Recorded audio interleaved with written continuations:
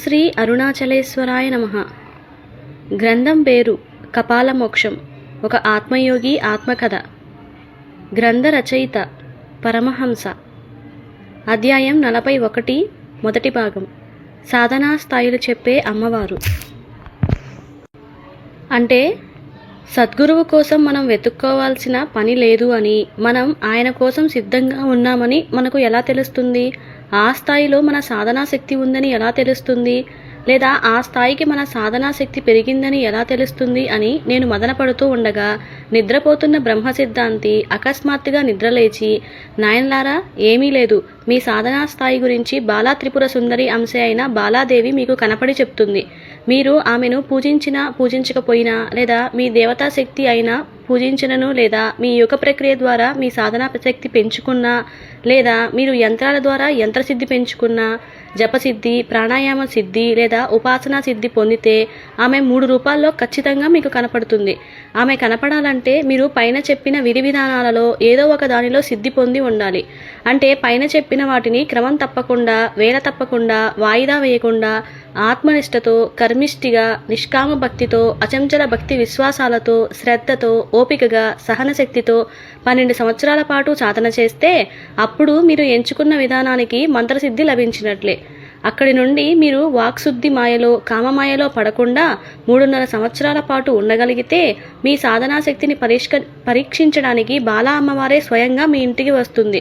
మీకు కనిపించవచ్చు, కనిపించకపోవచ్చు, కానీ ఇతరులకు నేను ఉన్నానని, మీ ఇంట్లో తిరుగుతున్నానని మాత్రమే సంకేతాలు ఇస్తోంది. ఆవిడ వచ్చే రూపం మీ సాధనా స్థాయి ఏమిటో చెప్తుంది. అంటే మీ సాధనా స్థాయి బాలా స్థాయిలోనే ఉంటే ఆవిడ 3, 5, 8 సంవత్సరముల వయస్సున్న చిన్న ఆడపిల్లలాగా నిన్ను మీ ఇంటిలో నాన్న నాన్న అంటూ తిరుగుతూ ఆమెకు కావలసిన పదార్థాలు, సేవలు చేయించుకుంటుంది. సాక్షాత్తు పరాశక్తి ఈ బాలారూపంలో మీ కన్న కూతురులాగా మెలుగుతుంది, తిరుగుతుంది, వెళ్ళిపోతుంది, మళ్ళీ వస్తుంది. ఇక నీ సాధనా స్థాయి మధ్యమ స్థాయిలో ఉంటే అమ్మవారు కాస్త మధ్య వయస్సున్న స్త్రీమూర్తిలాగా, అంటే సుమారు 18 నుంచి 35 సంవత్సరాల వయసున్న స్త్రీమూర్తిగా మీ ఇంటికి వచ్చి మీ పూజకు కావలసిన సేవలు చేస్తుంది. మీకు కావలసిన పూజా వస్తువులు, మహానైవేద్యం అందిస్తుంది. ఇక 3వ స్థితిలో, అనగా మీ సాధనా స్థాయి చివరి స్థితికి వచ్చేసరికి ఆవిడ కాస్త 45 నుంచి 65 సంవత్సరాల వృద్ధ స్త్రీమూర్తిగా మీ దగ్గరికి వస్తూ మీకు కావలసిన సలహాలు, సహకారాలు అందిస్తూ బయటకు వెళుతూ మళ్ళీ వెనక్కి వస్తూ ఉంటుంది. ఇక 4వ స్థితిలో, అనగా మీ సాధనా స్థాయి అంతిమ స్థితికి వచ్చేసరికి ఆవిడ కాస్త 85 సంవత్సరాల వయోవృద్ధ స్త్రీమూర్తిగా ఆలంపుర జోగులాంబలాగా, ఒక మంత్రగత్తెలాగా దర్శనమిస్తుంది. ఈ 3 స్థాయిలు ఏకకాలంలో జరగవు. అలాగే బాలాదేవి కూడా ఏకకాలంలో బాల, త్రిపుర సుందరిగా ఏకకాలంలో కనబడదని తెలుసుకో. ఆవిడ మీ సాధనా స్థాయికి 12 సంవత్సరాల మధ్యకాలం తీసుకుంటుంది. అంటే ఈ సాధన బాలాస్థాయి ఉంటే 5 సంవత్సరాలుగా కనపడుతూ వెళుతూ 3.5 సంవత్సరాలు ఉంటుంది. ఆ తర్వాత మళ్ళా మీ సాధనా స్థాయి పెరిగితే త్రిపురగాను, తర్వాత మీ సాధనా స్థాయి పెరిగితే సుందరిగాను కనపడుతూ, ఈ మధ్యకాలంలో సాధనా స్థాయిలలో అన్ని రకాల యోగమాయల్లో నువ్వు పడనంత వరకు ఆమె మీ సాధనా స్థాయి ఏమిటో ఆయా రూపమును బట్టి చెప్తుంది.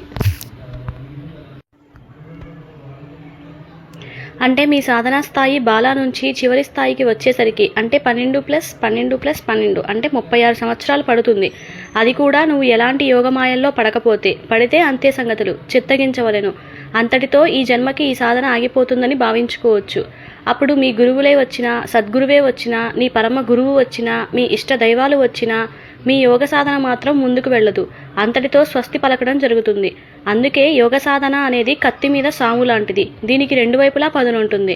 ఒకవైపు పైకి లేపుతూనే మరోవైపు మాయలో పడవేయటానికి ప్రయత్నాలు జరుగుతూ ఉంటాయి.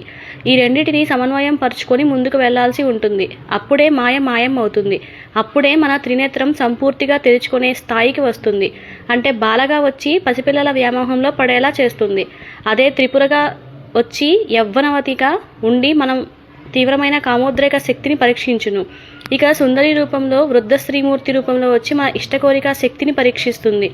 ఇక దేవి రూపంలో, ముసల వృద్ధ స్త్రీమూర్తి రూపంలో మన సహన శక్తిని, ఓపికను పరీక్షిస్తుంది.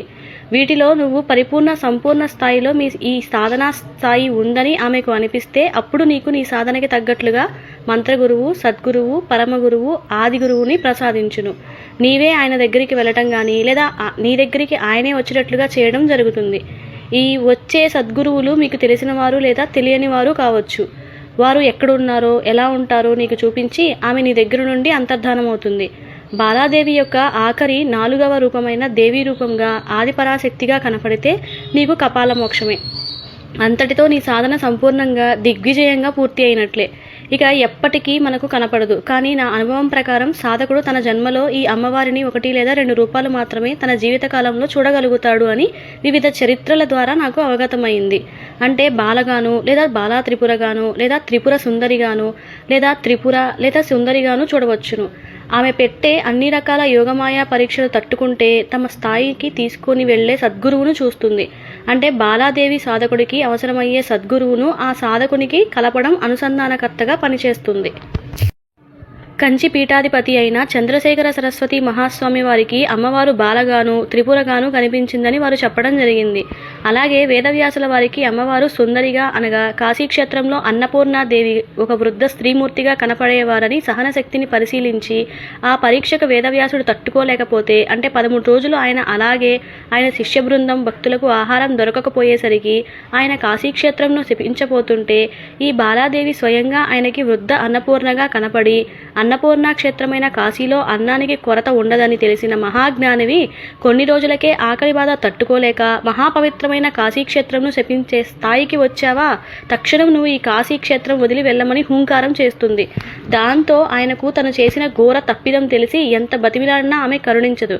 అలాగే ఆయన శివుణ్ణి, విష్ణువుని, బ్రహ్మదేవుణ్ణి స్తుతించిన వారి నుండి మౌనమే సమాధానం వచ్చేసరికి చేసేదేమీ లేక కాశీక్షేత్రం వదిలి దక్షిణ కాశీగా పేరుగాంచిన ద్రాక్షారామం చేరుకున్నారని వారి చరిత్రలో తెలుస్తుంది.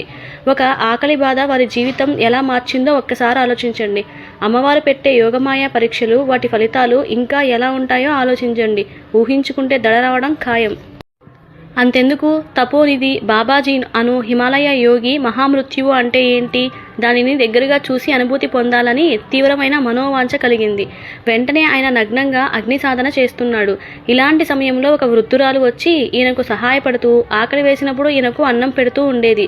కానీ బాబావారు ఈమె గురించి పట్టించుకునేవారు కాదు.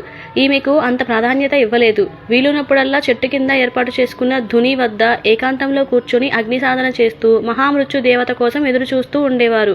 ఆమె ఈ వృద్ధురాలు రూపంలో వచ్చి తనకు సహాయపడుతుందని ఆయన గమనించని స్థాయిలో యోగంలో అగ్ని సాధన ప్రక్రియ కొనసాగుతూ ఉండేది. ఒకరోజు అనుకోకుండా ఈయన తీవ్రమైన ధ్యాన సమాధిలో ఉండగా ఒక అనన్య సౌందర్యవతి దర్శనం అయ్యింది. నేను పిలుస్తున్నా నీవు రాలేదు అంది.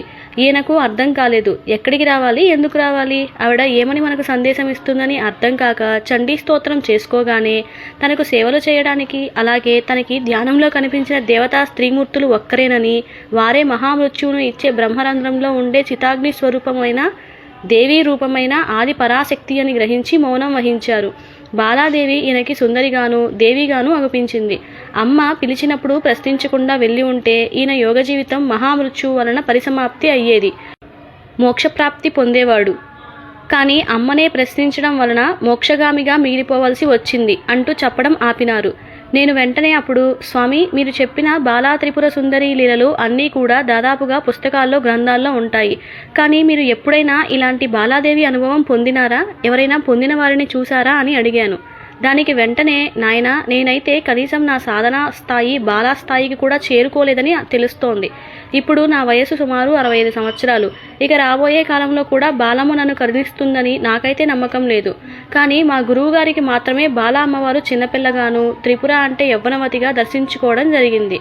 పైగా ఆయన చితిమంటలలో యవ్వన సౌందర్యవతి త్రిపురాదేవి దేవత సాక్షాత్కారం జరగటం మరో విశేషం.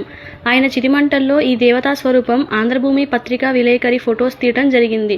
కావాలంటే రేపటికల్లా మీకు ఆ ఫొటోస్ చూపిస్తాను.